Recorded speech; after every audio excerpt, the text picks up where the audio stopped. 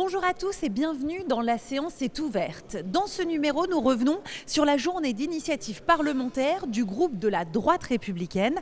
À l'ordre du jour, une proposition de résolution pour inscrire la mouvance des frères musulmans sur la liste européenne des organisations terroristes. L'examen du texte commence dans un calme relatif. Avec ce texte, la République ne combat pas une religion, elle combat une stratégie, elle combat l'islamisme politique des frères musulmans qui sert de passerelle à la radicalisation et prépare le terrain du terrorisme.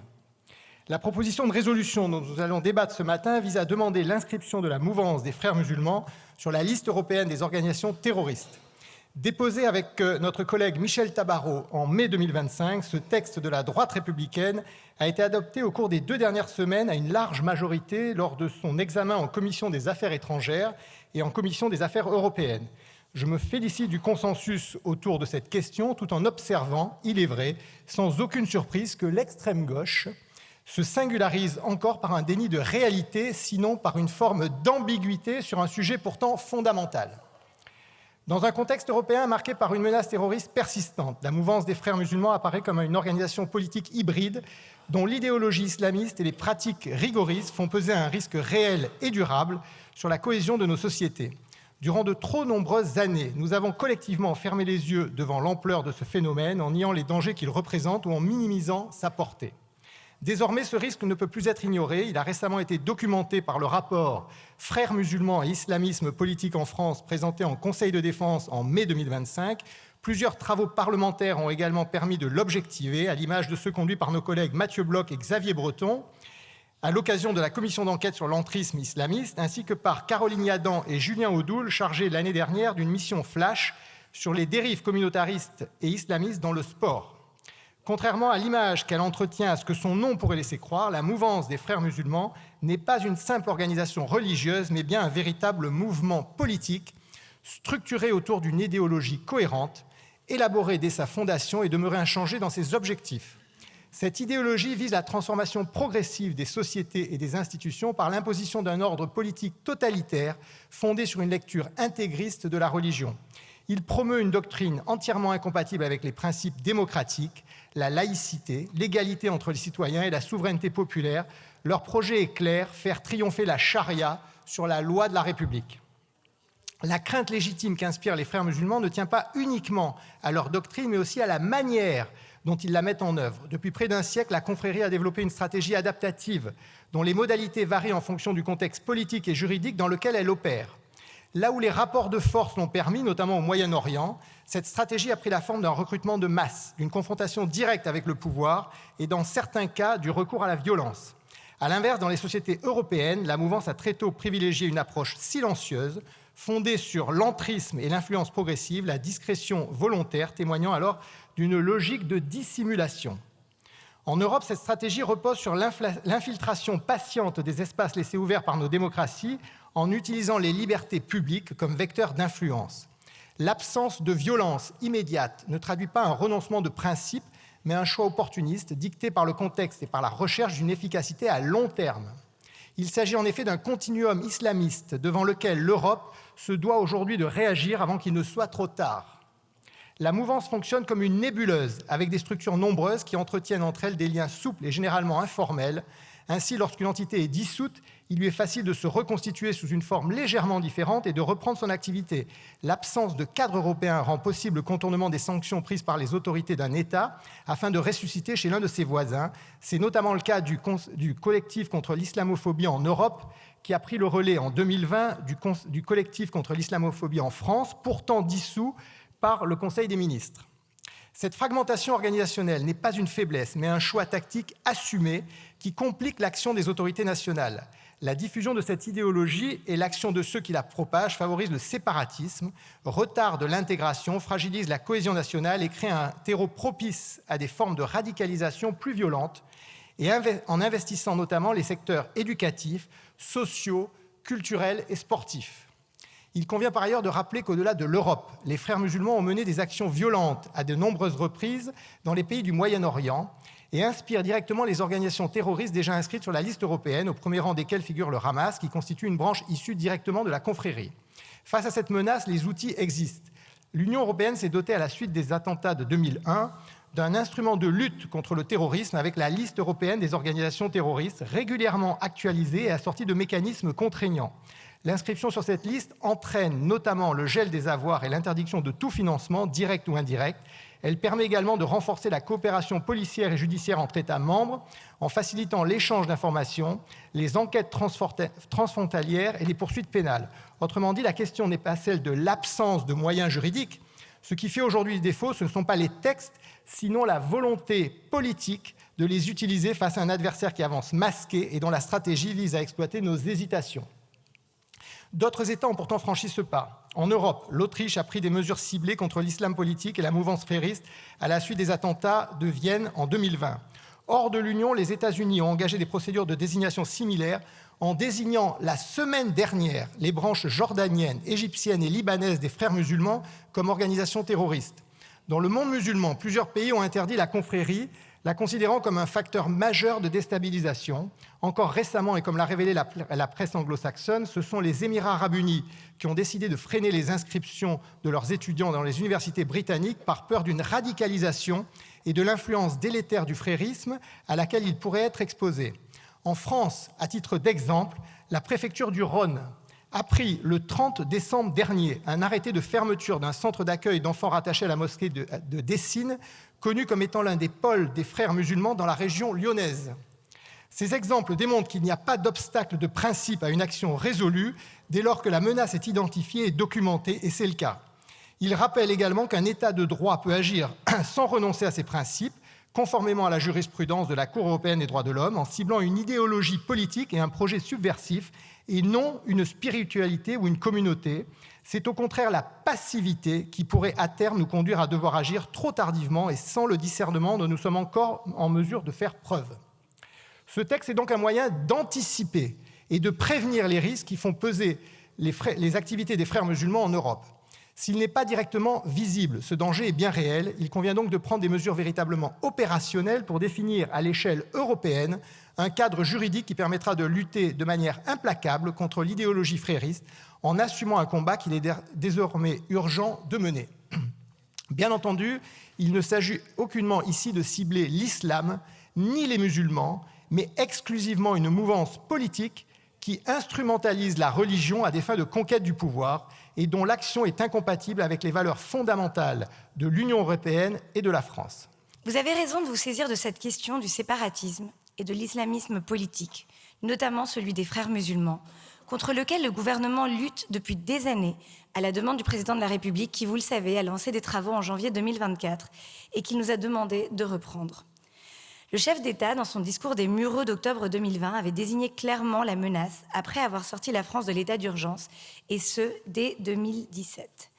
À la suite de l'assassinat de Samuel Paty, plusieurs associations qui entretenaient le discours victimaire dont se nourrissent les courants séparatistes ont été dissoutes, notamment le collectif contre l'islamophobie en France, le CCIF, Baraka City et j'en passe. La loi confortant le respect des principes de la République du 24 août 2021 a quant à elle réformé le droit des cultes avec notamment une obligation de déclaration des financements étrangers, un renforcement du cadre de l'éducation en dehors du milieu scolaire, un établissement hors contrat comme à domicile, un renforcement de la transparence et des moyens de contrôle de l'État vis-à-vis de tout le monde associatif. Le gouvernement se mobilise au niveau européen contre le risque qui est posé par l'entrisme des Frères musulmans. Nous travaillons avec les institutions européennes et nos partenaires européens pour partager notre analyse de la stratégie d'entrisme de la confrérie et travailler à des réponses communes à la menace qu'elle constitue. La France est également investie dans le renforcement des outils qui visent à limiter le risque de financement des entités portant des valeurs contraires à celles de l'Union européenne. Dans ce cadre, la France a proposé des mesures concrètes pour assurer le respect des valeurs européennes dans l'ensemble des projets financés par le budget européen et pour renforcer la lutte contre les crimes et les discours de haine au niveau de l'Union européenne. Nous proposons par exemple d'européaniser notre contrat d'engagement républicain, c'est-à-dire que chaque bénéficiaire de fonds européens devrait signer un document dans lequel il s'engage explicitement à respecter les valeurs de l'Union européenne préalablement à la réception de ces fonds. Nous proposons également d'inclure les discours de haine et les crimes de haine dans la liste des infractions pénales européennes, c'est-à-dire les eurocrimes, à l'article 83 du TFUE.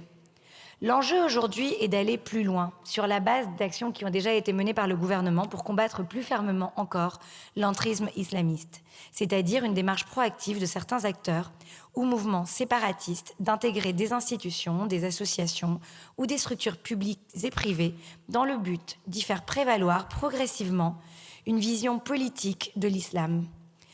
L'entrisme islamique est d'autant plus insidieux que ces acteurs dissimulent bien souvent leurs véritables intentions derrière un discours apparemment conforme aux principes républicains. Nous estimons que la mouvance des frères musulmans a fourni un corpus idéologique à de nombreux groupes évoluant sur le territoire national et européen qui cherchent désormais à subvertir nos institutions de l'intérieur. L'absence de preuves à ce stade de l'implication des frères musulmans dans les actes terroristes tels que des enlèvements ou des attaques qui seraient commis avec une intention avérée dans le cadre d'un agenda terroriste rend sa désignation comme organisation terroriste extrêmement hasardeuse en réalité. Je relève d'ailleurs que les États-Unis, dont le régime de preuves pour la désignation d'organisations terroristes est pourtant bien moins exigeant que celui de l'Union européenne, n'est pas parvenu à désigner la confrérie des frères musulmans dans son ensemble, ni les structures qui en sont issues sur le territoire américain comme des organisations terroristes, ce qui était pourtant, rappelons-le, l'intention initiale du président Donald Trump et de son administration. Elle a dû se contenter de désigner les branches égyptiennes, jordaniennes et libanaises de la confrérie. Nos interrogations quant à l'opportunité et à la faisabilité de la mesure que vous proposez ne signifient aucunement que le gouvernement sous-estime la menace à laquelle nous confronte la mouvance des frères musulmans et surtout plus largement le séparatisme et l'islamisme politique dont l'idéologie et la stratégie d'entrisme font peser un risque bien réel pour notre cohésion sociale notamment.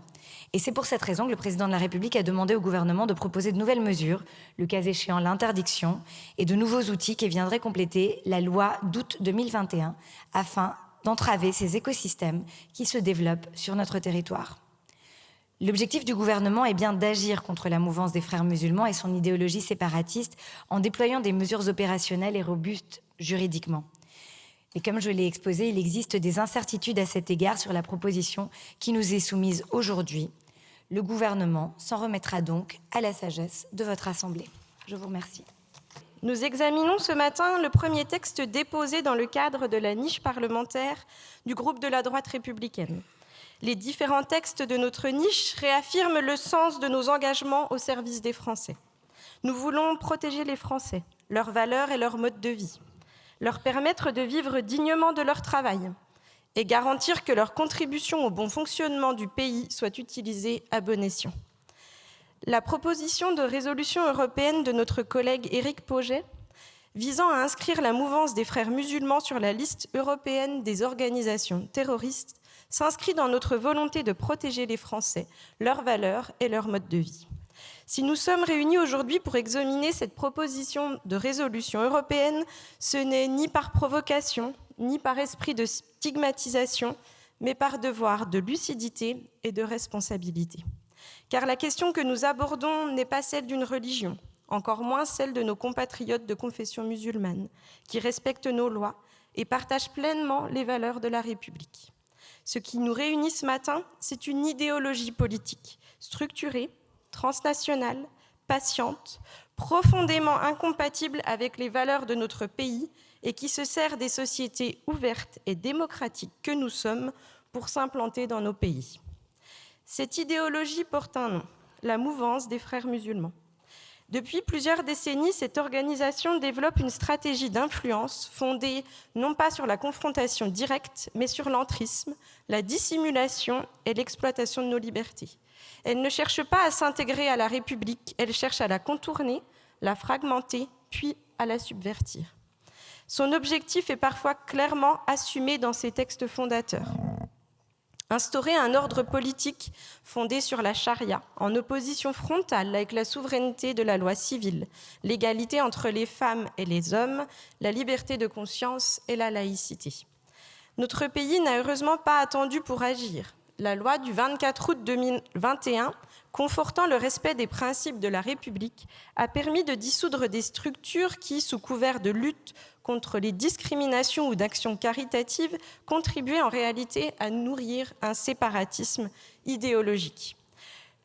Par exemple, le collectif contre l'islamophobie en France ou Baraka City.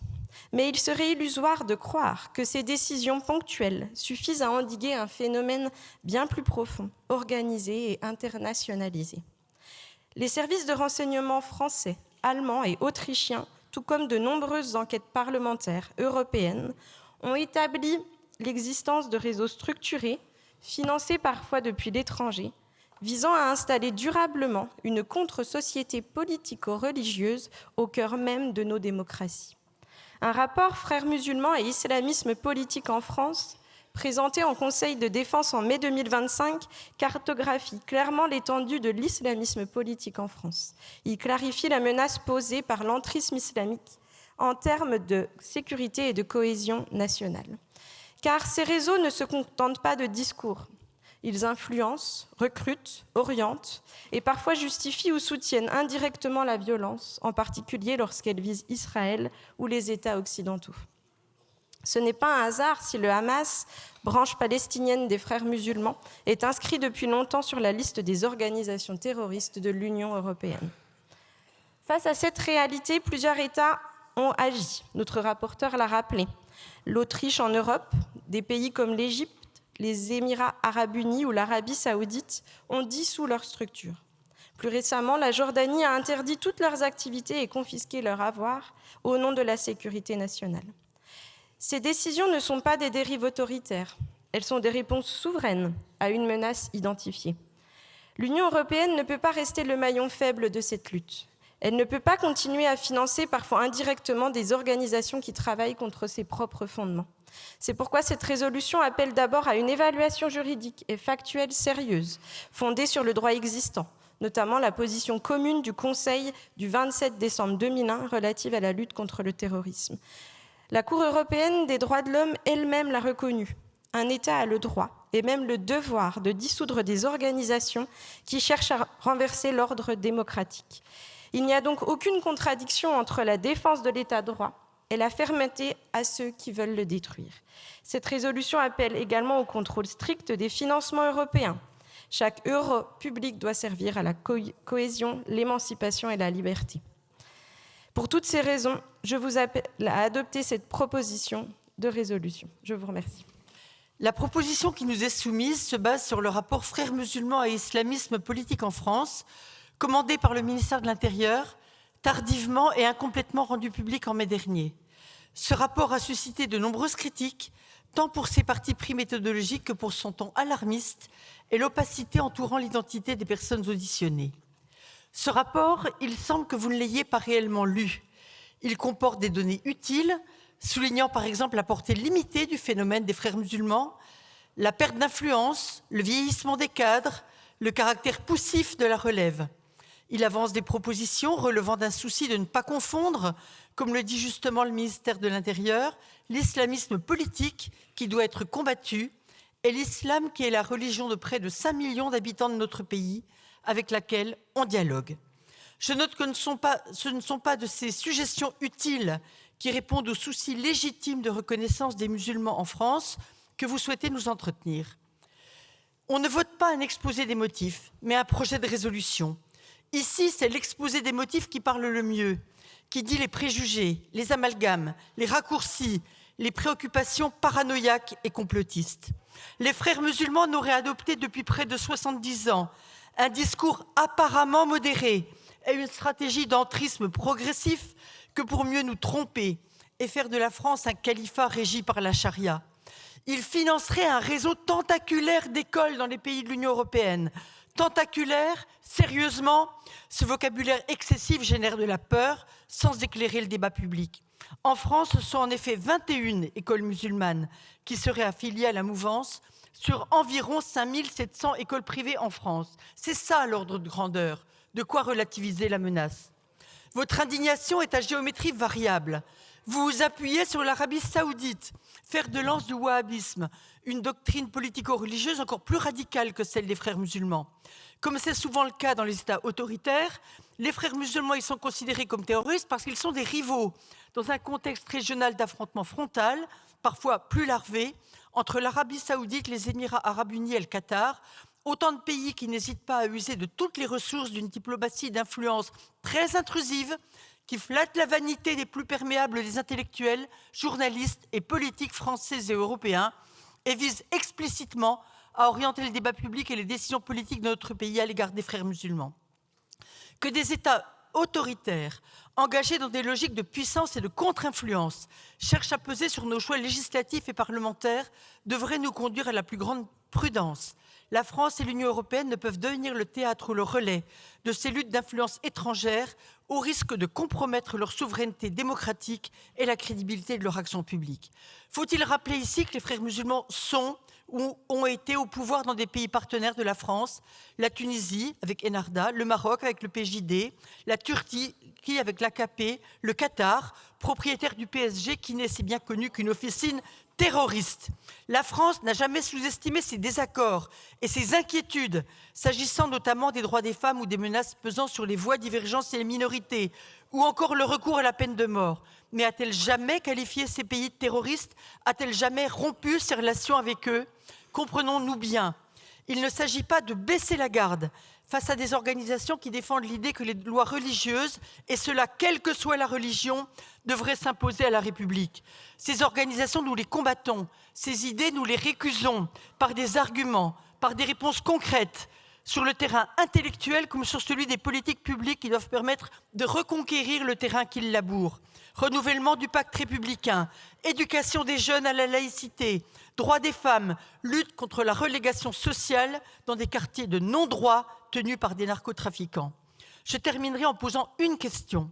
Pourquoi ce projet de résolution quand le rapport sur lequel elle prétend s'appuyer n'appelle ni explicitement ni implicitement à l'inscription des frères musulmans comme organisation terroriste? Aucun pays européen ne l'a proposé. Vous ne dites que l'Autriche aurait inscrit les frères musulmans sur la liste des organisations terroristes. Mensonge et confusion, l'Autriche ne dispose pas d'une telle liste.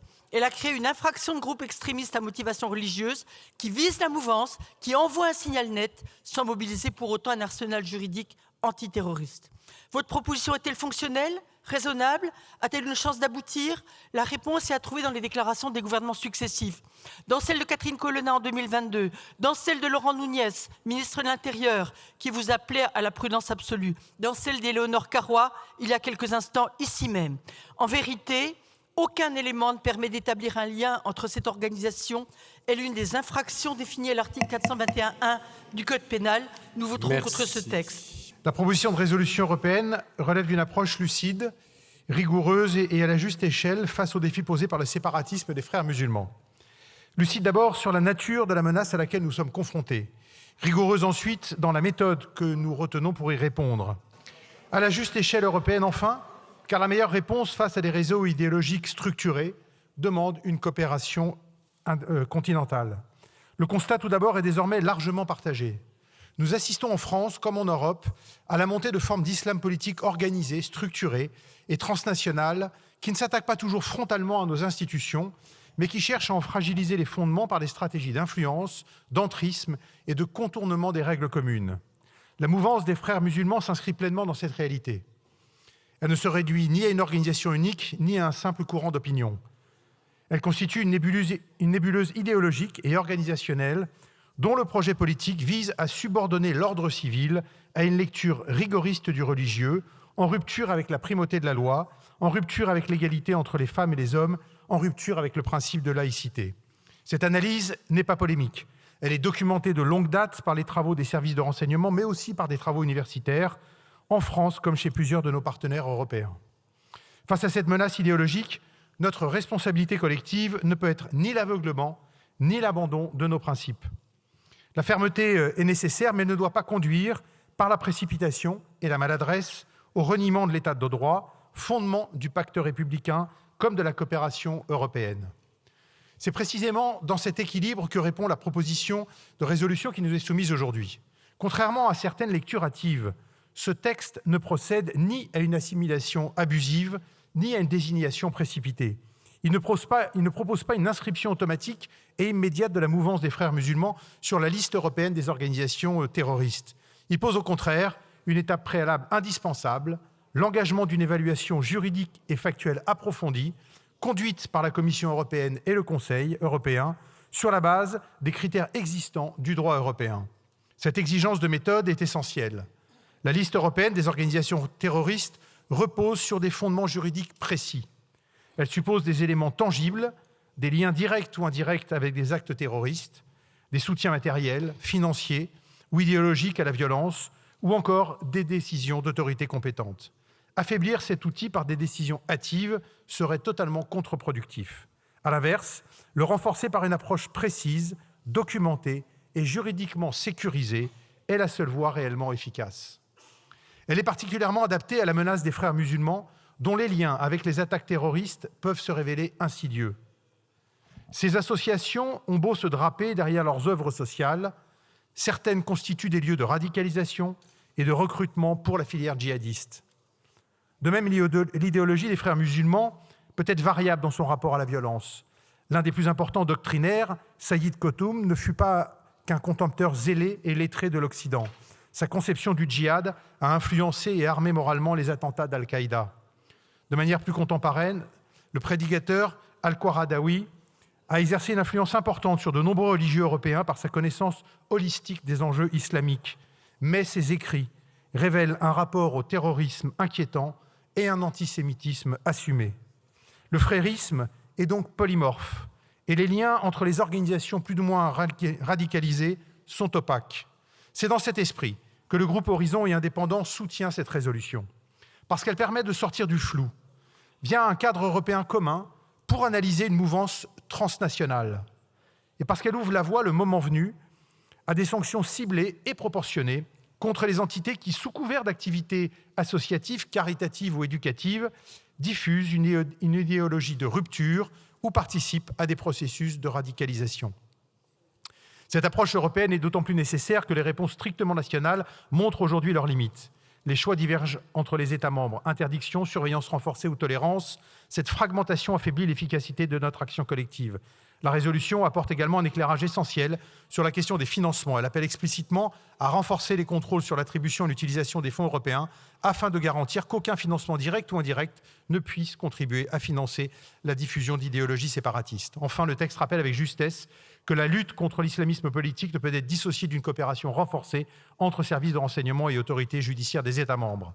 Mes chers collègues, notre groupe fera toujours le choix de la lucidité face aux menaces et à la responsabilité dans les moyens d'y répondre. Cette proposition de résolution constitue un premier pas indispensable vers une réponse européenne plus ferme et cohérente face aux stratégies de subversion qui visent notre démocratie. Notre groupe la soutient. La proposition de résolution européenne qui nous est soumise ce matin pose une question à la fois politique et juridique. La mouvance des frères musulmans peut-elle, doit-elle être inscrite sur la liste européenne des organisations terroristes? Sur le plan juridique, rappelons que cette liste repose sur des critères précis.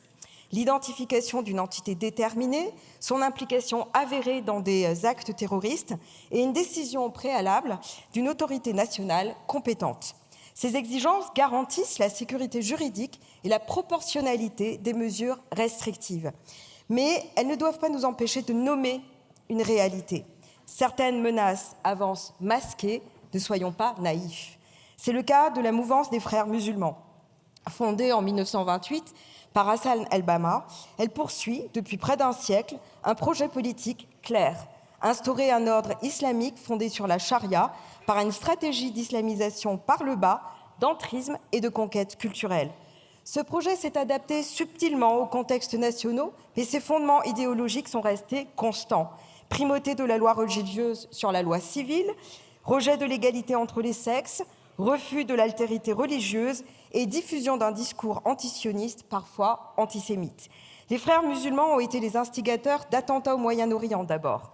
En Égypte, avec l'assassinat du Premier ministre Noukrachi Pacha dès 1948, et plus récemment en Israël, le 7 octobre 2023, où le terrorisme du Hamas, branche palestinienne des frères musulmans, a fait plus de 1200 victimes, dont 800 civils, 40 enfants et 42 Français. En Europe, la mouvance a choisi donc d'agir autrement. Elle infiltre, influence, s'implante à bas bruit. Le rapport du ministère de l'Intérieur de mai 2025 sur les frères musulmans et l'islamisme en France alerte sur une stratégie d'entrisme qui menace la cohésion nationale. Ce rapport identifie plus de 280 associations et 200 lieux de culte affiliés ou proches de cette mouvance, qui diffuse son idéologie sous couvert de respectabilité en jouant sur le double discours et la posture victimaire. Face à cette menace diffuse mais réelle, le groupe Les Démocrates votera en faveur de cette résolution. Par cohérence avec nos engagements, la lutte contre le terrorisme, contre le séparatisme et pour la défense de la République. Cette inscription permettrait de geler les avoirs financiers des entités concernées, de renforcer la coopération judiciaire et policière entre États membres, d'envoyer un signal politique clair: l'Europe ne sera pas le nouveau terreau de l'islamisme politique. Mais notre soutien s'accompagne d'une réserve juridique. La notion de mouvance reste floue, elle doit être travaillée, car le droit européen exige une entité identifiable, structurée, avec une implication directe dans des actes terroristes. L'absence d'une chaîne de commandement unifiée pourrait fragiliser cette inscription devant la Cour de justice de l'Union européenne ou la Cour européenne des droits de l'homme. Nous appelons donc à un travail rigoureux d'identification, de qualification juridique et de documentation des faits, car si la menace est réelle, la réponse doit être solide. Je vous remercie. Le présent texte invite à ouvrir un débat sérieux sur la manière dont l'Union européenne appréhende les formes contemporaines de l'islamisme politique organisé. En mai 2025, le ministère de l'Intérieur a rendu public un rapport commandé par le président de la République en avril 2024, mettant en lumière les différentes stratégies d'entrisme des frères musulmans, tant à l'échelle nationale qu'européenne. Ce rapport conclut à l'existence d'une menace jugée sérieuse pour la cohésion nationale. En Europe, certains États ont déjà pris des mesures à leur encontre, comme l'Autriche, ça a déjà été cité, qui a par exemple interdit cette mouvance dès 2021. À titre de comparaison, les frères musulmans sont également interdits en Russie, en Syrie, en Égypte, en Arabie Saoudite.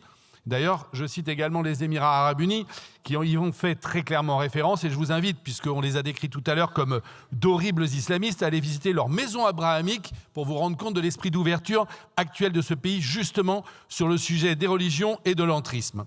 La présence des frères musulmans sur un territoire n'est pas sans conséquence. L'implantation de cette organisation en Palestine a par exemple conduit à la création du mouvement armé Hamas en 1987, avec laquelle elle entretient des liens idéologiquement et historiquement avérés. Les frères musulmans poursuivent un projet politico-religieux visant à transformer l'organisation de la société et des institutions publiques afin d'y instaurer un ordre inspiré de la charia, étant absolument incompatible avec les principes de laïcité et de démocratie. Le diagnostic posé par cette proposition de résolution souligne l'existence de réseaux structurés et implantés localement, structurés autour de Musulmans de France et de ses organisations satellites, notamment dans les domaines culturels, éducatifs et caritatifs. Ces réseaux opèrent le plus souvent dans un cadre qualifié de légal, tout en poursuivant un projet politique ou religieux susceptible de porter atteinte aux valeurs fondamentales de l'Union européenne. C'est bel et bien cette stratégie visant à cacher les réels objectifs sous couvert d'une apparence légale qui constitue une menace pour notre République. Leur activité tend par ailleurs à s'intensifier en Europe, profitant de contextes institutionnels et juridiques plus favorables que dans des pays comme l'Égypte notamment. Ce constat mérite d'être examiné avec sérieux, sans naïveté et traité de manière impartiale, en évitant la caricature ou toute récupération politique, car l'enjeu dépasse les clivages et touche directement la sécurité de l'Europe et donc à travers elle de la France, de ses citoyens et de la préservation de la démocratie. C'est pourquoi, monsieur le rapporteur, je soutiens votre invitation à l'attention de la Commission européenne et du Conseil à engager une évaluation juridique et factuelle du réseau transnational des frères musulmans, de ses ramifications en Europe et de ses modes opératoires. Par ailleurs, je soutiens également les dispositions introduites en Commission des affaires européennes par ma collègue Constance Le Grip, qui appelle à renforcer les contrôles en amont et en aval de l'attribution des financements européens afin de garantir que les bénéficiaires ne prônent pas une idéologie séparatiste islamiste. Néanmoins, je note que vous souhaitez à la fois une évaluation juridique européenne et une inscription sur la liste des organisations terroristes. Pourtant, il me semblerait plus pertinent que la première demande soit d'abord et évidemment rapidement réalisée et que ces conclusions soient connues rapidement elles aussi, avant que la deuxième ne soit mise en effectivité. Malgré ce point, je voterai favorablement à cette proposition de résolution européenne. Enfin, je profite de cette intervention pour rappeler que d'autres mouvances, organisations, voire États, pourraient et devraient être également inscrits sur cette liste. Je pense bien évidemment ici, par exemple, à la Russie, qui le démontre chaque instant avec l'ensemble de ses actions. Je veux également rappeler que nombre de pays, comme la Pologne, l'Estonie, la Tchéquie ou encore la Lituanie, ont déjà adopté des résolutions de reconnaissance, par exemple, et quel sinistre exemple, je le rappelle à nouveau, je viens de le dire, celui de la Russie, comme étant un État qui soutient le terrorisme ou qui utilise des méthodes terroristes en Ukraine et ou comme étant elle-même un régime terroriste. Le Parlement européen a quant à lui adopté en 2022 une résolution sur la désignation de la Fédération de Russie comme étant un État soutenant le terrorisme. Il ne s'agit que d'un exemple, malheureusement parmi d'autres, mais il est nécessaire de pouvoir faire un tour d'horizon clair, complet et précis sur tous ceux qui pourraient apparaître sur la dite liste et qui, pour résumer, en fait, souhaitent une seule chose, la destruction de nos États républicains et démocratiques, et donc de la France. En France, nous considérons les conceptions métaphysiques comme étant du domaine exclusif de l'appréciation individuelle de chaque citoyen, et nous nous refusons donc à toute affirmation dogmatique au sein de notre République. Nous attachons une importance fondamentale à la laïcité.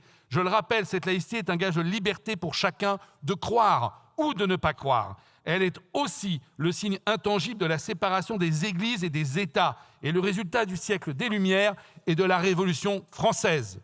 Nos morts nous y obligent. Toutes les religions peuvent être pratiquées en France, mais elles ne peuvent se prévaloir du droit de gérer les citoyens et de leur dicter leurs lois. Je vous remercie. Nous ouvrons à cet instant cette journée de belle vitrine idéologique, il faut vous l'accorder, par l'étude d'un texte, somme toute, assez inefficient. Et ce, à de nombreux titres, à commencer par l'incohérence des dispositifs de cette proposition. Monsieur le rapporteur, vous demandez une évaluation juridique et factuelle du réseau transnational des frères musulmans, de ses ramifications en Europe et de ses modes opératoires. Très bien. On aurait pu s'arrêter là, mais sans même attendre le retour de cette évaluation, vous voulez inscrire cette mouvance sur la liste européenne des organisations terroristes. Bien que vous vouliez inscrire la mouvance à une telle liste, vous ne mentionnez pas d'actes terroristes commis en soi par cette mouvance. Et pour cause, le combat politique, idéologique contre les obscurantismes n'implique pas nécessairement une telle caractérisation juridique. En tout état de cause, la liste des organisations terroristes n'est pas un jeu, et cette extrapolation court bien d'autres ambitions. Il y a par ailleurs des critères qui entourent l'inscription d'une entité à la liste des organisations terroristes. Ils sont d'ordre d'implication et d'ordre procédural. Le critère d'implication envisage que l'entité ait commis ou tenté de commettre des actes terroristes ou la participation à de tels actes en termes d'organisation, de direction ou de contribution, mais aussi de facilitation et de financement. Le critère procédural, quant à lui, implique que les autorités compétentes aient enquêté, poursuivi ou condamné pour actes terroristes les dites entités. Ces décisions peuvent émaner d'un État membre, d'un pays tiers ou d'une organisation internationale. L'Organisation des Nations Unies, qui peut servir de boussole, vous l'admettrez, ne parle pas des frères musulmans comme d'un groupe terroriste. Elle parle d'autres groupes que l'Union européenne a reconnus comme organisations terroristes, mais pas de cette mouvance qui est celle des frères musulmans. Par ailleurs, la Cour de justice de l'Union européenne contrôle étroitement ces conditions et annule les inscriptions qui reposent sur une base probatoire insuffisante ou essentiellement politique. Or, la mouvance des frères musulmans apparaît comme une mouvance transnationale, fragmentée, et il n'existe pas à l'échelle européenne une entité unifiée, clairement délimitée, qui s'appellerait la mouvance des frères musulmans et qui soit aisément assimilable aux organisations classiquement inscrites sur cette liste. De ce fait, votre proposition de résolution est juridiquement nulle, car elle ne produira aucun effet, et vous le savez. Il faut combattre leur idéologie politique totalisante, dangereuse. Le rapport précité par M. Pauget il y a quelques minutes pointe la faible implantation des frères musulmans dans la communauté musulmane française, ainsi que sa perte de vitesse, ne réussissant pas, par exemple, à organiser des galas nationaux ou régionaux où sa baisse constante des effectifs, et c'est tant mieux. Par ailleurs, la menace idéologique n'en fait pas une organisation structurée. La focale et les moyens mis en œuvre ne sont donc ni justes dans ce combat, ni pertinents, et mal nommer les choses, c'est ajouter du malheur au monde. Bref, il est dommage d'ouvrir cette journée avec un texte loin d'être à la hauteur du renouveau dans la bataille culturelle des Lumières, se concentrant adroitement sur des balbuties politiques en dehors des sentiers du droit, tandis que la lutte contre le fondamentalisme exige bel et bien une rigueur républicaine qu'omet cette résolution, tant dans le diagnostic que dans les réponses. Cela ne va donc pas vous étonner si je vous dis que le groupe de la gauche démocrate et républicaine ne votera pas cette première proposition de résolution européenne que nous examinons ce matin. Nous ne débattons pas aujourd'hui d'une abstraction idéologique. Nous débattons d'un fait politique, documenté, établi, désormais incontestable. La mouvance des frères musulmans constitue une menace stratégique pour nos démocraties. Pas une menace fantasmée, pas une menace marginale, une menace réelle, organisée, structurée et patiente. Les frères musulmans ne sont ni une association cultuelle ordinaire, ni une simple école de pensée religieuse. Ils forment une organisation transnationale, hiérarchisée, disciplinée, dotée d'une stratégie globale. Leur objectif n'a jamais varié depuis plus d'1 siècle. Ils veulent soumettre le politique aux religieux. Ils veulent remplacer la loi civile par la charia et transformer progressivement les sociétés dans lesquelles ils s'implantent. Ils ne procèdent pas par l'affrontement frontal. Ils procèdent par l'entrisme, par le double discours, par la dissimulation, la taqiyya, par la victimisation permanente. C'est précisément ce qui les rend dangereux. Les travaux parlementaires, les auditions des services de renseignement, les rapports du ministère de l'Intérieur convergent vers le même constat. La menace islamiste aujourd'hui n'est plus seulement terroriste, elle est séparatiste, idéologiste, institutionnelle. Les frères musulmans construisent des écosystèmes complets, mosquées, associations, structures éducatives, relais numériques, parfois même des relais politiques locaux. L'objectif est clair, encadrer la vie du musulman dans toutes ses dimensions, l'éloigner progressivement des référents républicains et substituer à l'universalisme français une logique communautaire. Et ne nous y trompons pas, cette stratégie prépare toujours le terrain à des formes de radicalisation plus violentes. L'histoire récente nous l'a montré tragiquement. Rappelons une vérité que certains préfèrent contourner. Le Hamas est une émanation directe des frères musulmans. Il en est la branche palestinienne. Et le Hamas figure à juste titre sur la liste européenne des organisations terroristes. Comment justifier alors que l'on sanctionne la branche armée tout en continuant à fermer les yeux sur l'idéologie, la structure et la maison mère ? Dans le monde arabe, ceux qui ont eu l'islamisme politique face à eux savent ce qu'il est, ce qu'il veut et ce qu'il détruit. L'Égypte, berceau des frères musulmans, les a interdits. Les Émirats arabes unis, l'Arabie saoudite, la Syrie, le Bahreïn et la Jordanie ont pris la même décision. Ce sont des États musulmans. Ils ne combattent pas une religion. Ils combattent un projet de conquête politique. La France n'est pas en dehors de ce champ de bataille idéologique.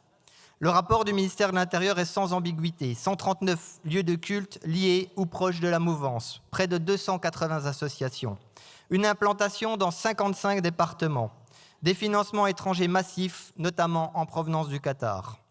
Ce séparatisme n'est pas toujours violent, mais il est méthodique, il est structuré et il est résolu.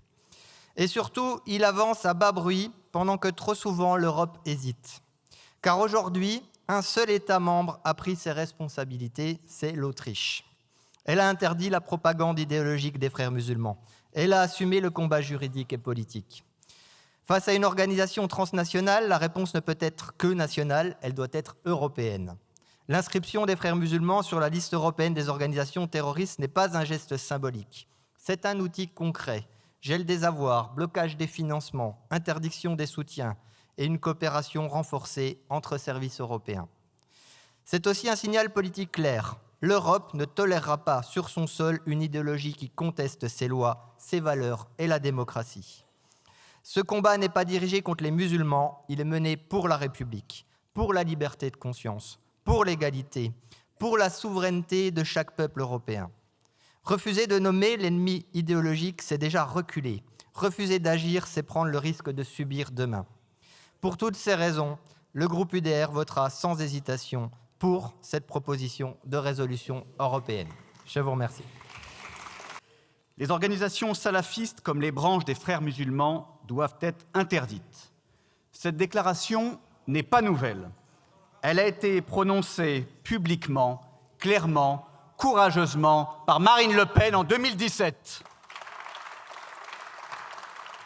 Ce que nous examinons aujourd'hui avec cette proposition de résolution, le Rassemblement national l'a formulée il y a près de 10 ans, assumant alors seul le coût médiatique et politique de la lucidité.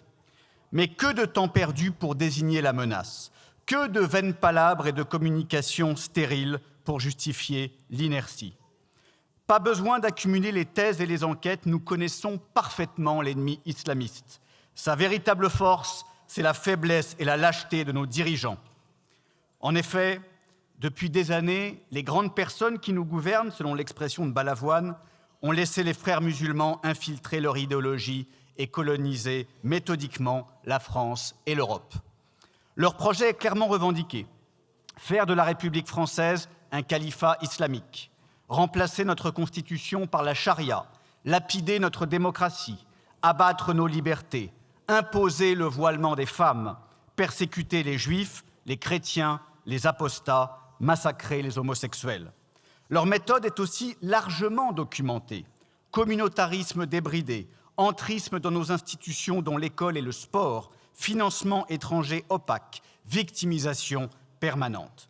Pourtant, malgré cette carte de visite repoussante, certains ont cru et croient encore que le vivre ensemble est envisageable avec les islamistes, en fermant les yeux, en acceptant les atteintes à la laïcité ici et là, ou en renonçant à nos valeurs au nom du pas d'amalgame. À ceux qui appellent au dialogue et qui veulent négocier la couleur de la burqa, je réponds qu'il n'y a pas de discussion possible avec ceux qui veulent nous anéantir. Pas de négociation avec ceux qui prêchent la haine.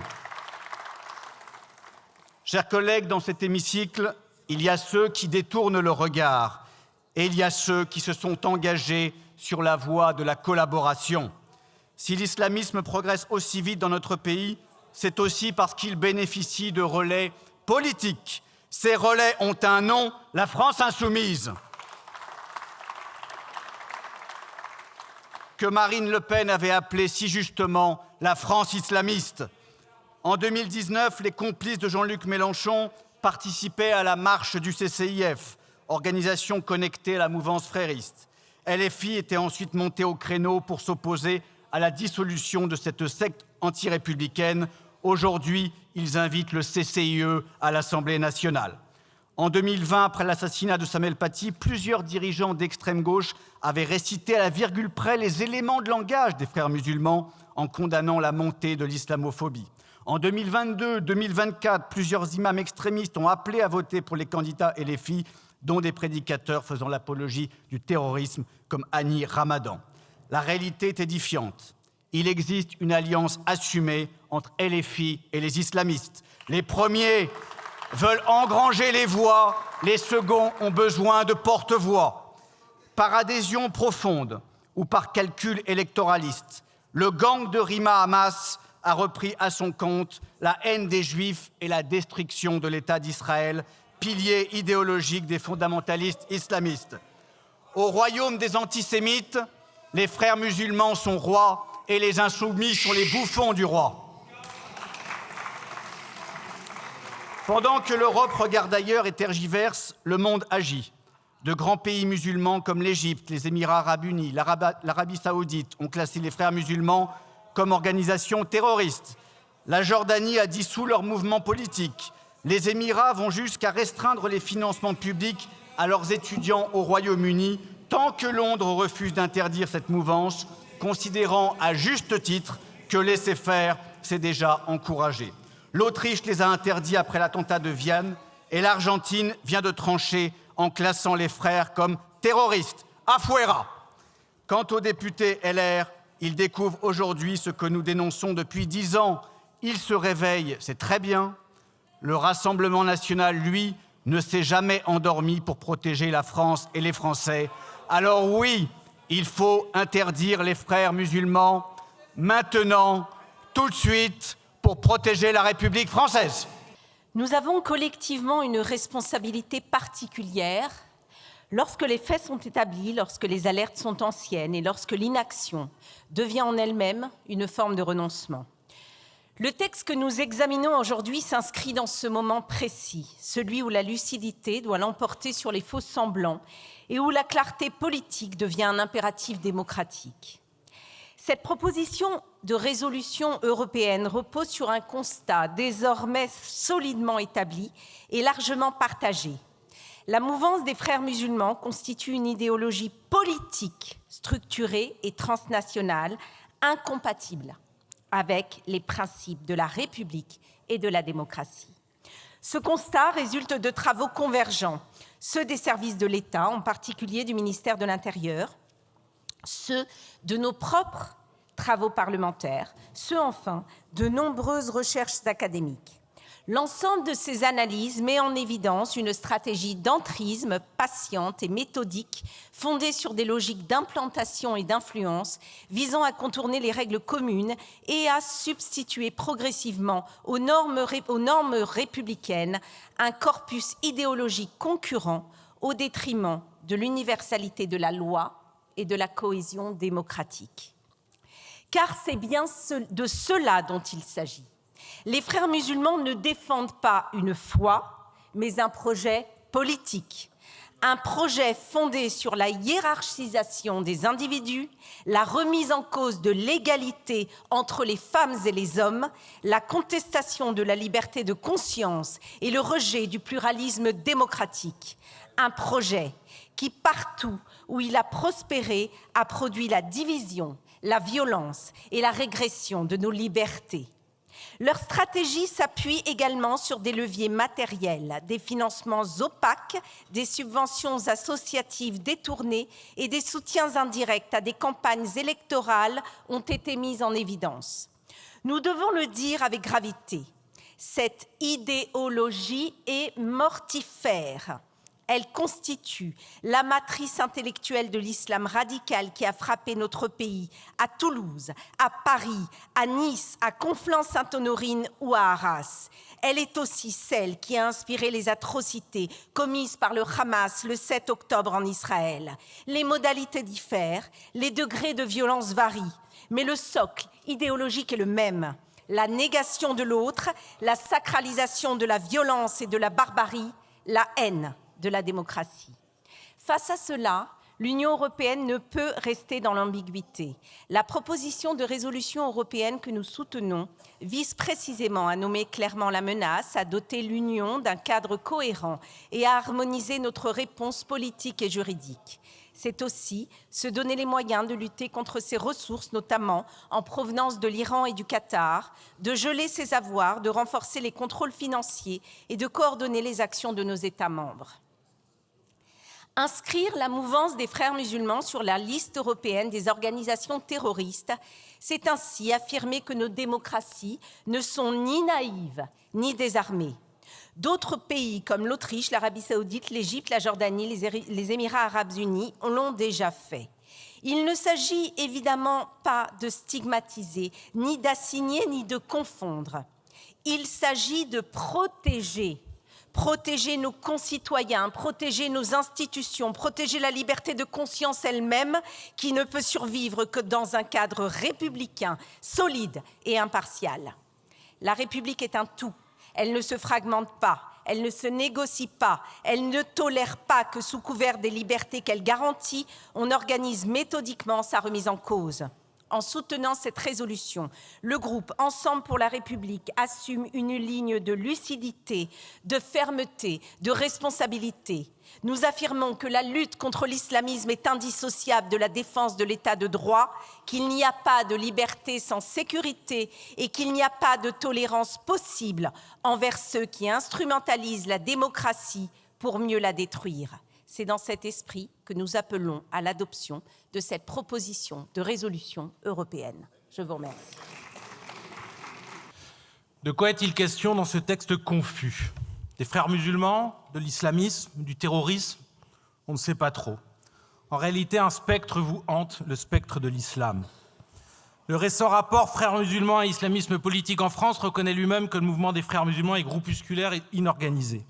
Mais comme son commanditaire Bruno Retailleau avait l'obsession du contraire, il a tordu le rapport pour lui faire dire ce qu'il ne dit pas. Engagé dans cette compétition glauque à la radicalisation, Laurent Wauquiez a lui échafaudé une commission d'enquête qui a fini pour vous en pantalonnade. Et comme cela ne vous suffit pas, vous nous soumettez aujourd'hui cette proposition de résolution. Mais la lutte contre le terrorisme est une affaire sérieuse. Elle nécessite notamment discernement, criblage et suivi précis. Je cite là Laurent Nunez, qui récemment au Sénat se disait défavorable à votre proposition, puisque, a-t-il dit, nous ne sommes pas dans le cadre d'un mouvement terroriste. Mais peut-être, au stade où vous en êtes, me direz-vous que le ministre de l'Intérieur est un agent des Frères musulmans. Votre initiative ne sert pas la lutte contre le terrorisme. Elle s'inscrit en revanche dans une islamophobie chauffée à blanc et qui rend fou. Voyez le cas de cette lycéenne un temps exclue parce qu'elle portait pour masquer une alopécie un bonnet assimilé à tort à un signe religieux. Voyez encore l'insupportable chasse au calot au sein de certains hôpitaux parisiens. Vous contribuez ainsi à susciter la défiance contre une partie de la population, tantôt accusée d'entrisme, tantôt de séparatisme, il faudrait savoir. En faisant cela, vous servez la cause de ceux qui vous prétendez combattre. Car la stratégie des terroristes, c'est d'abord de chercher à fracturer l'unité du pays visé. Vous seriez à cet instant plus avisé de dénoncer avec nous ce qu'il se passe en Syrie, où les combattants kurdes des forces démocratiques syriennes subissent une attaque de l'armée syrienne avec l'appui de la Turquie et l'approbation formelle de Donald Trump. Cette trahison vis-à-vis de ceux dont la contribution à la lutte contre l'État islamique en Syrie a été décisive concerne directement notre sécurité. Car la retraite forcée des FDS a déjà rendu possible la fuite de centaines, voire de milliers de miliciens de l'État islamique, jusque-là détenus dans des prisons contrôlées par les Kurdes de Syrie. Pourquoi choisissez-vous en définitive de cibler un groupuscule n'ayant aucune implication terroriste en France ou en Europe? Il se pourrait que vous vous fassiez aussi le relais de combats qui ne sont pas les nôtres. Certains États ou gouvernements étrangers ont un contentieux particulier avec les frères musulmans. Plus précisément, ils cherchent à affaiblir des États rivaux en ciblant cette confrérie. Je note que votre proposition suit de près une décision analogue de Donald Trump, qui veut par ailleurs nous vassaliser, mais dont, au fond, vous admirez la vision du monde. Évidemment, elle fait aussi écho au génocidaire Netanyahou. Enfin, elle répond point par point à l'agenda des Émirats arabes unis, fer de lance d'une lutte contre les frères musulmans n'ayant rien à voir avec la lutte contre le terrorisme. Il est désormais de notoriété publique que ce pays a fait de la France un pays cible pour promouvoir sa campagne. Target Country est-il écrit dans une note des services émiratis rendue publique. Nous n'acceptons pas, pour notre part, que la France devienne le terrain de ces luttes d'influence. Nous ne sommes pas le relais de puissances étrangères. Nous refusons de nous laisser entraîner dans des combats qui ne sont pas les nôtres. Si vous souhaitez, comme nous, combattre la menace terroriste, commencez par cibler correctement l'ennemi. Non pas une religion et ses adeptes en général, mais seulement les fanatiques, d'où qu'ils viennent, prêts à commettre un acte terroriste et dont le repérage par les services compétents nécessite, je l'ai dit, criblage, discernement et suivi précis.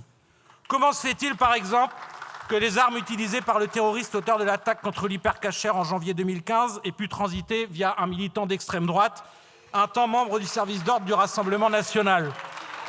Ou alors, comment les services de renseignement ont procédé ces dernières années pour déjouer des projets d'attentats attribués à des terroristes issus de telle ou telle mouvance islamiste, mais aussi pour beaucoup d'extrême droite? Voilà le genre de questions relatives à des faits précis qui devraient intéresser ceux qui prétendent vouloir améliorer la lutte contre le terrorisme. Enfin, la lutte contre le terrorisme doit être implacable, mais ne jamais déroger à l'état de droit. Elle n'aurait jamais dû justifier la réduction continue des libertés publiques découlant de l'inscription dans le droit commun de mesures censées être exceptionnelles et circonscrites.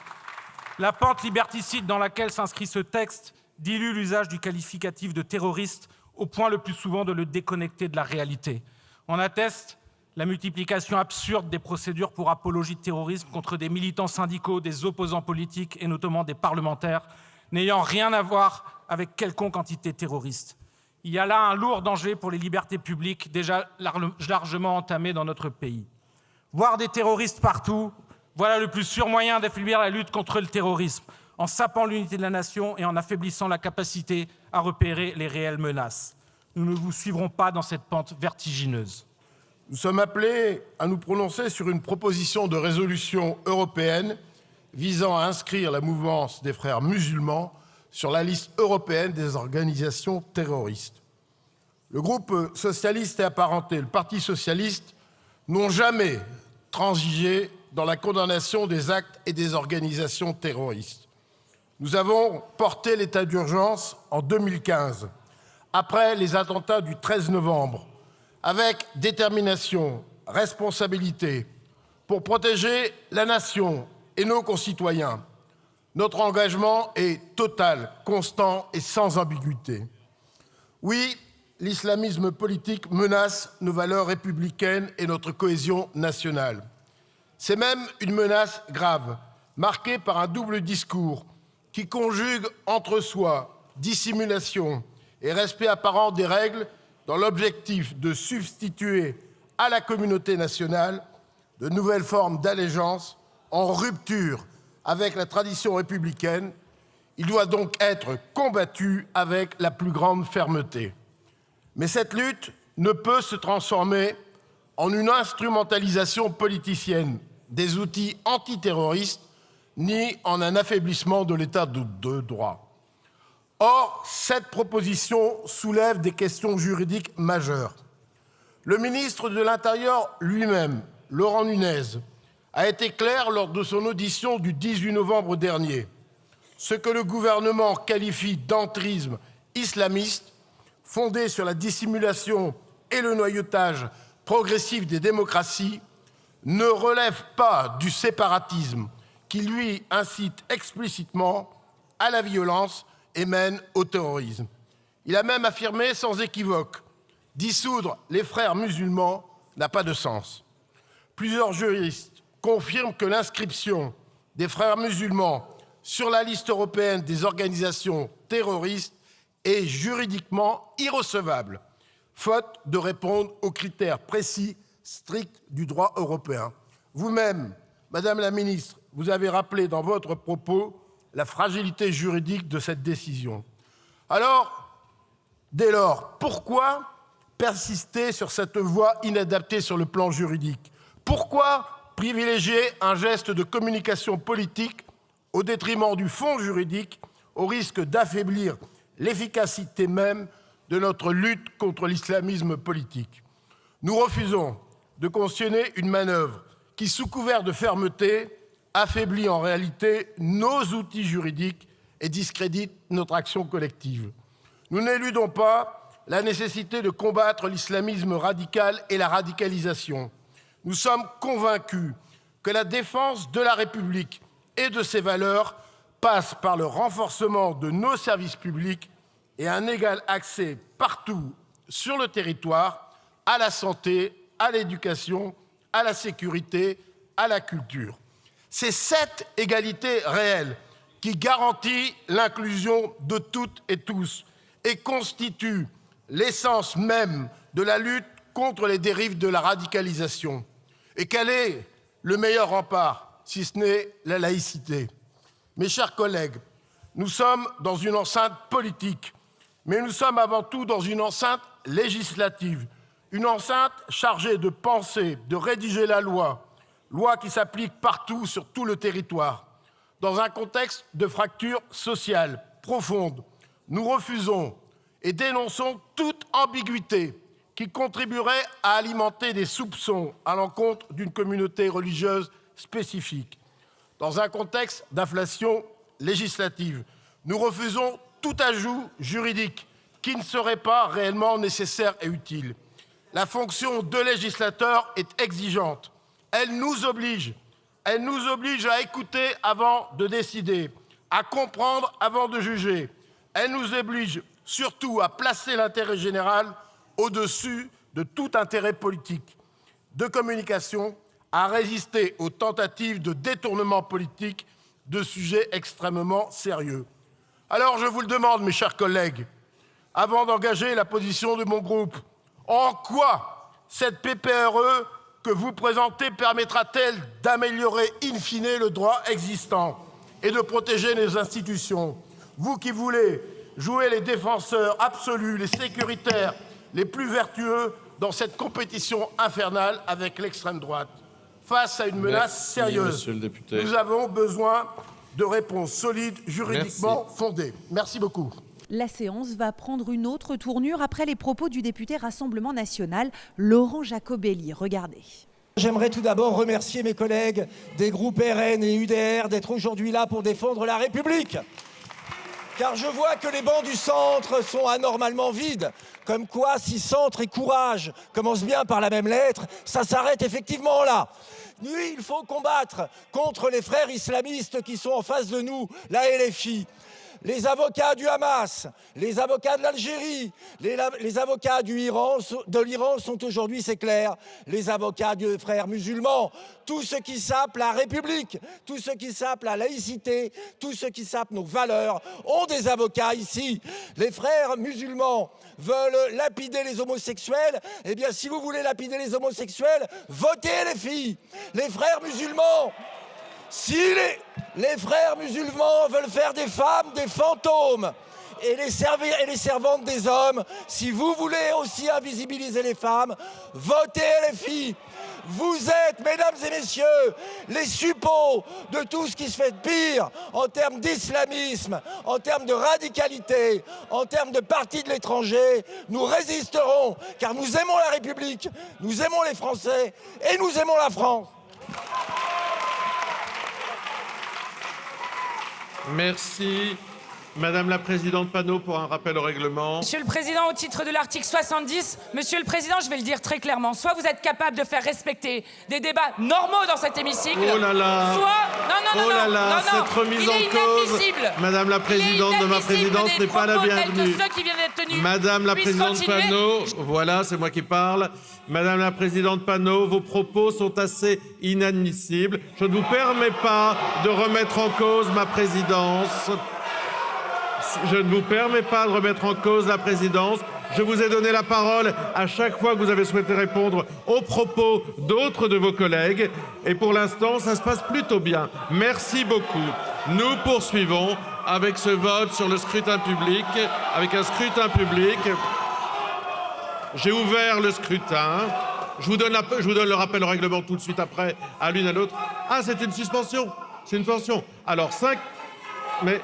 Je vous donne évidemment la suspension avant ou après le scrutin public. Vous voyez, je vous permets de choisir. Avant ou après le vote? Non, maintenant. J'ai demandé une suspension de 10 minutes. Avant le scrutin Monsieur public, le Président, elle est de droit. Je vous donne 5 minutes de suspension de séance.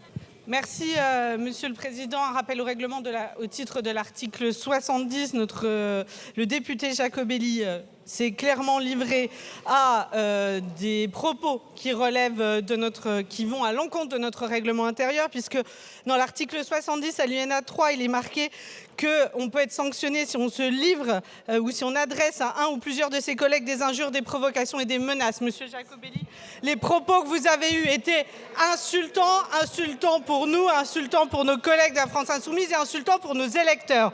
Osez dire que si on veut lapider des homosexuels, il faut voter par une des forces politiques de cette Assemblée, c'est inacceptable. C'est effectivement une injure à l'ensemble des personnes qui, vous le savez aujourd'hui, sont militants de la cause homosexuelle et votent pour le nouveau Front Populaire. Parce que la vérité, c'est ceux qui se lèvent pour défendre les associations LGBT. Merci. C'est nous. Mais Monsieur le Président, j'aimerais dire que... Je vous laisse terminer, Madame la Présidente, on reprend après. Je vais conclure. Il faut effectivement qu'on retrouve de l'apaisement. Nous étions sur un texte qui... Je vais finir. Il faut qu'on retrouve de l'apaisement. Et j'appelle nos collègues des Républicains, leur président Bruno Retailleau, oui, et Laurent Wauquiez. Souhaitent-ils vraiment que leur texte soit associé à ce type de propos sur la lapidation? Il me semble que le plus honorable est de retirer ce texte pour ne pas qu'il soit entaché des propos du Rassemblement national, des injures qu'il provoque. Sinon, ça démontrera que la seule chose que vous faites, c'est d'essayer de courir après le Rassemblement national et de leur demander un tout petit peu de miséricorde. Je pense que les Républicains et leur histoire valent mieux que ça. Merci. Monsieur Cadalen. Nous venons d'assister à un moment très grave au sein de cette Assemblée. Monsieur Cadalen, vous me dites sur quel article? Sur le fondement de l'article 70. Voilà. Sur le fondement de l'article 70. J'avais oublié l'article. Pourquoi? Parce que je suis profondément choqué. Étant moi-même député, étant homosexuel, je ne peux un seul instant tolérer que vous insinuiez que mon engagement aille à l'encontre de l'égalité humaine et vise à conduire auprès des personnes qui partagent mon orientation sexuelle à la violence. Honte à vous! Excusez-vous! Merci, monsieur le député. On sort un petit peu du rappel au règlement cette fois. Véritable honte! Monsieur Priptich, sur quel article? Titre de l'article 70. Décidément, cet article 70. Oui, Monsieur le Président, mais... Allez-y. Mes chers collègues, notre collègue du Rassemblement national vient en effet de prononcer des propos inadmissibles qui relèvent, au-delà de la liberté d'expression de chacune et de chacun, sans doute de poursuites. De poursuites parce que... Chers collègues, vous écoutez M. Privetiche, lui Donc, seul, après on reprend. J'aimerais, au-delà de ce rappel, pour inviter les uns et les autres à modérer les propos, à éviter ce genre d'insultes infamantes, diffamantes, et qui ne grandissent pas en fait celles et ceux qui s'y expriment. Et M. Jacobelli, rappelez-vous la formule de Talleyrand, tout ce qui est excessif est insignifiant. Dans cette démarche, Monsieur le Président, ça fait plusieurs fois, vous l'avez même remarqué, que nous demandons la parole, et ça fait plusieurs fois que nous vous objectons qu'il n'est pas possible de prendre la parole parce qu'il y a eu d'autres interventions. Sans remettre en cause votre présidence, je souhaitais qu'on puisse s'exprimer tout simplement. Monsieur Privetiche, je vous redis ce que je vous ai dit pendant la suspension de séance. Je prends un pour, un contre, et je les prends par ordre des mains qui se lèvent. Vous étiez le troisième à lever la main sur le précédent amendement, sur les deux précédents amendements, et vous n'avez donc pas été retenu. Soyez un peu plus rapide, Léaumont.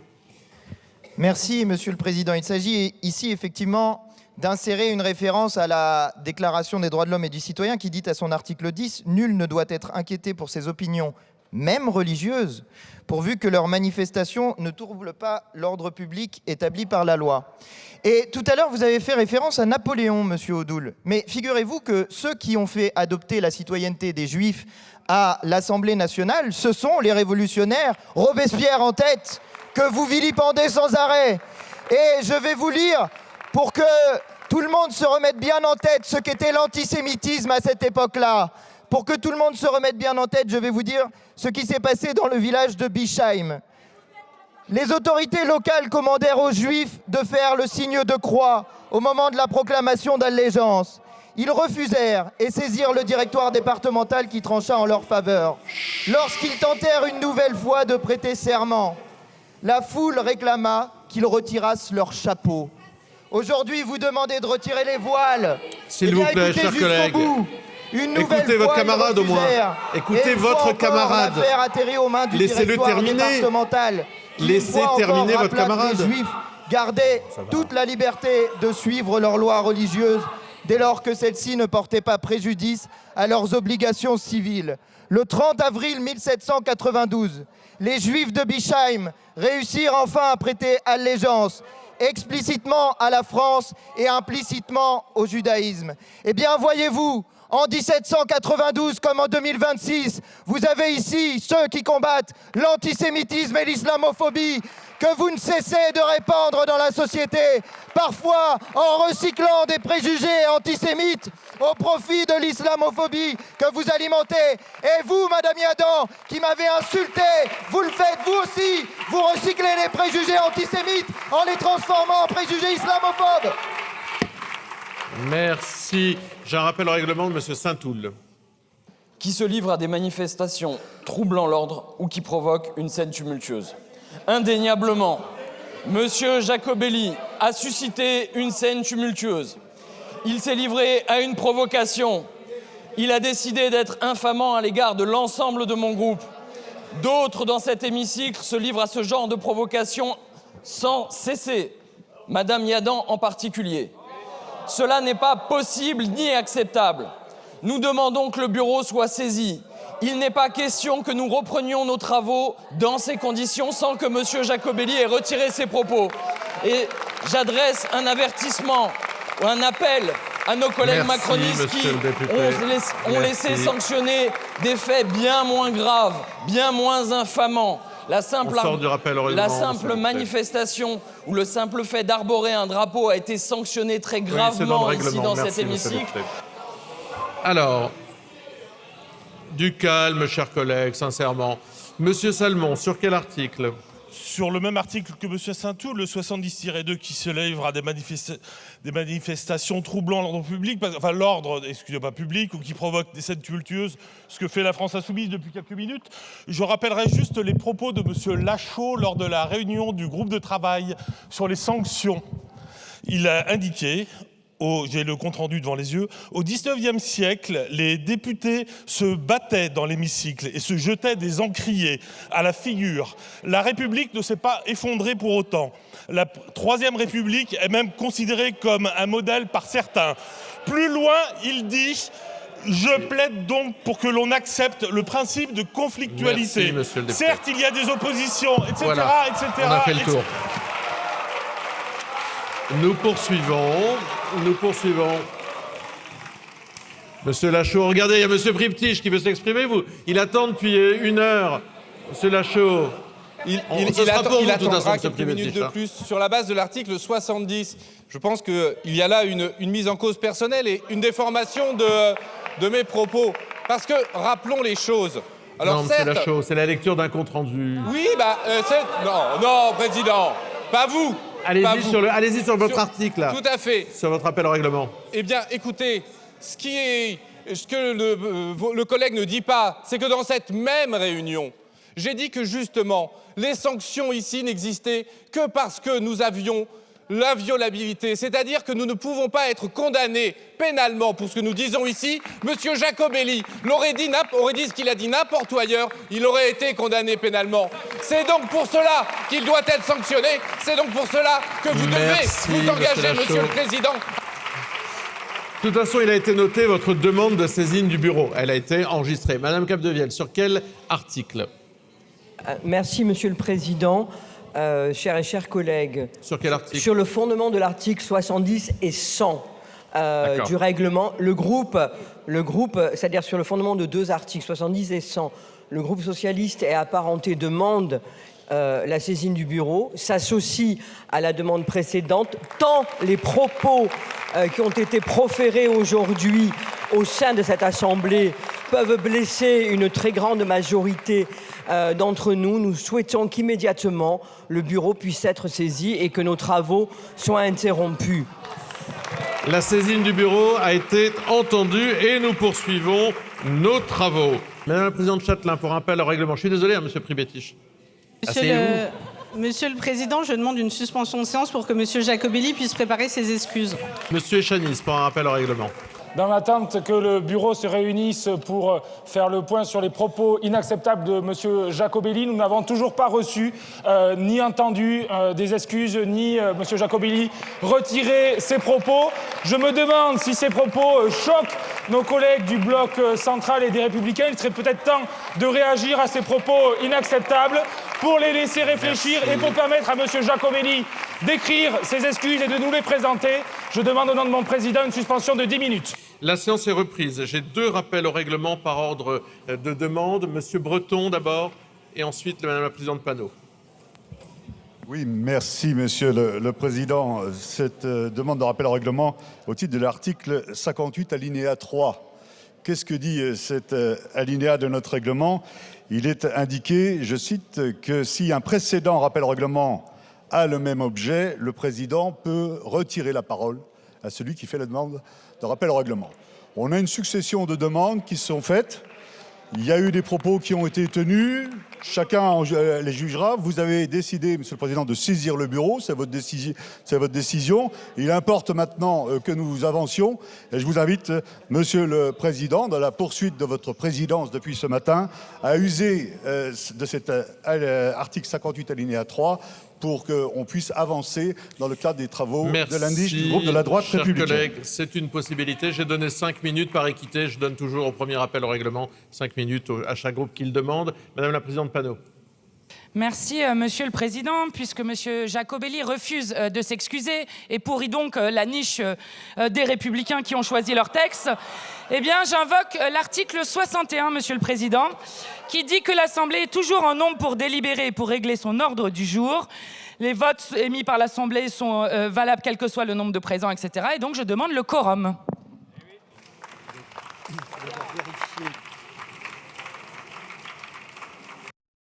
Chers collègues,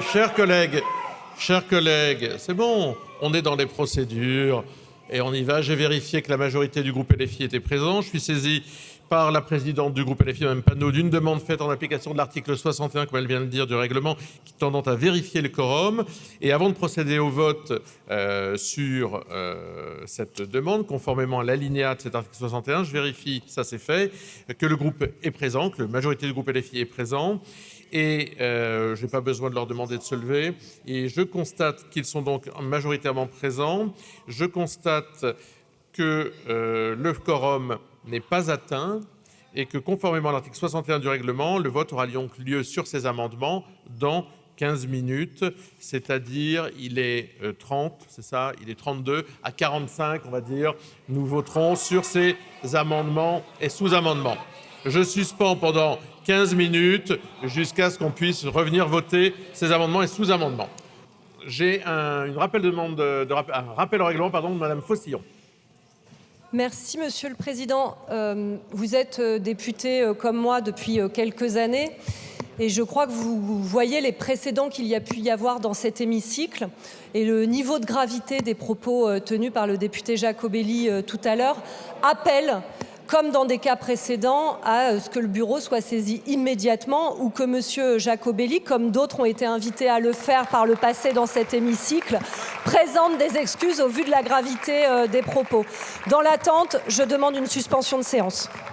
Alors, je me suis entretenu avec la présidente de l'Assemblée pendant la suspension et donc nous vous communiquons que le bureau est saisi le 18 février et il examinera cette demande relative à la prise de parole du député Jacobelli. Le 18 février, la demande de suspension de séance est de droit. Elle n'a pas encore été demandée par le groupe communiste. Je suspends pour 5 minutes. 1h30 plus tard, alors que les esprits se sont déjà échauffés, nouvel incident. Je voudrais réagir aux propos de M. Léaumont, qui parlait d'élection et de communautarisme, qui a le culot de parler d'élection et de communautarisme. Parce que là, il y a les élections municipales qui arrivent et vous avez une vraie stratégie communautaire dans ces élections municipales, avec de l'entrisme des frères musulmans qui est assumé, qui est vanté. J'en veux pour preuve le cas de Mohamed Awad, dont a parlé tout à l'heure Madame Yadan. Eh bien, je vais réitérer et développer.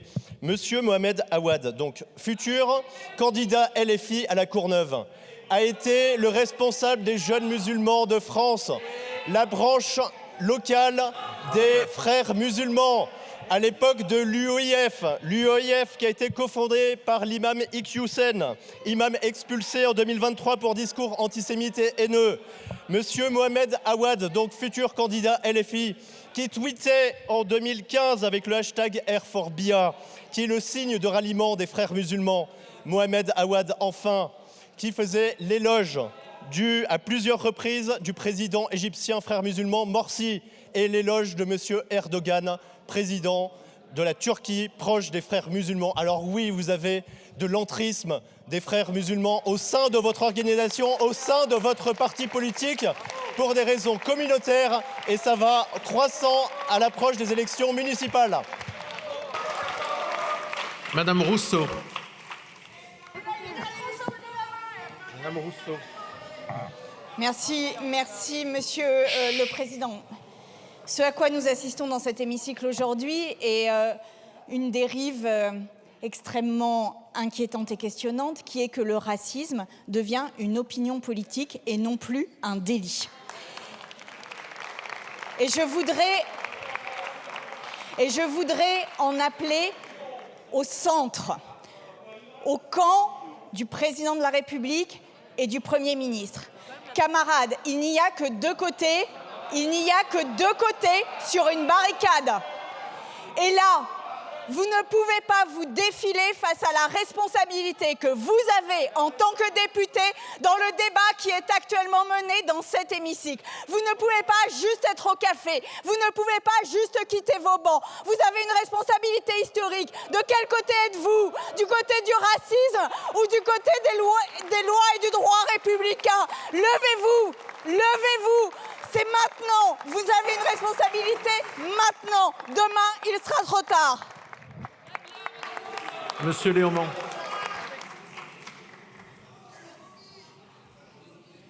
Rappel au règlement sur la base de l'article 70, article 100 et sur les articles relatifs à notre déontologie. Ce que vous venez de faire est absolument odieux. Monsieur Mohamed Awad était mon voisin d'en face de bureau parce qu'il travaillait pour mon collègue Paul Vanier.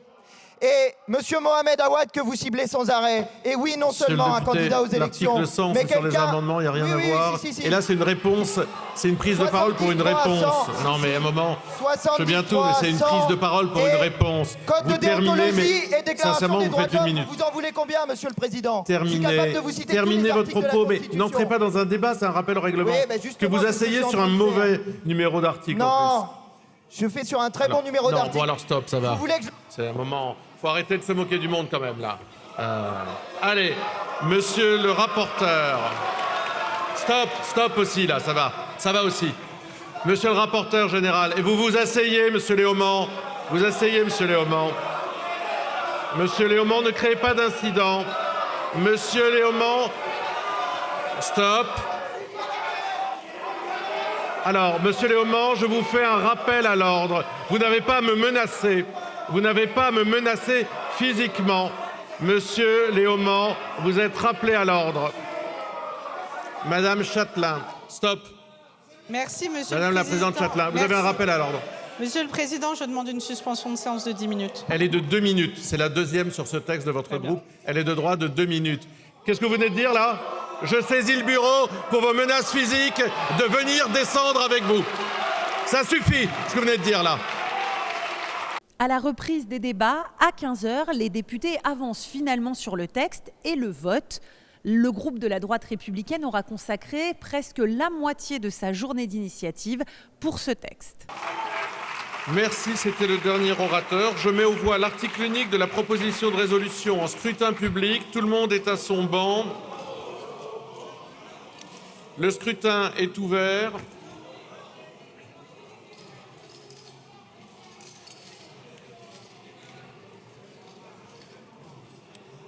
Le scrutin est clos. Votant 259, exprimé 258, majorité 130 pour 157 contre 101. L'Assemblée nationale a adopté la proposition de résolution. Voilà pour ce numéro de La séance est ouverte. À très vite sur LCP.